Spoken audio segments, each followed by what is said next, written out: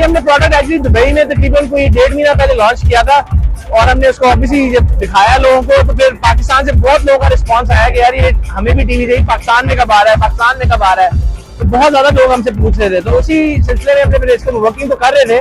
तो अभी आज पाकिस्तान आया है और इंशाल्लाह अब ये बहुत जल्द फुली लॉन्च हो जाएगा, available across the country. And उम्मीद है इसको तो बहुत अच्छा रिस्पॉन्स आएगा बिकॉज इसकी जो क्वालिटी और इसकी जो फीलिंग है टीवी देखने की वो बिल्कुल डिफरेंट है। ऐसे लगता है कि आपके घर में एक पूरा का पूरा सिनेमा है। तो पूरी उम्मीद है कि इसका बड़ा अच्छा रिस्पॉन्स आएगा।